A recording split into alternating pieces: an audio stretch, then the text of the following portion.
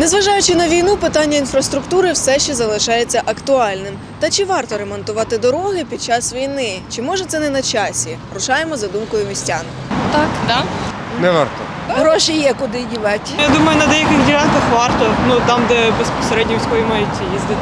Там, де якщо вже погана дорога, то я вважаю, що треба.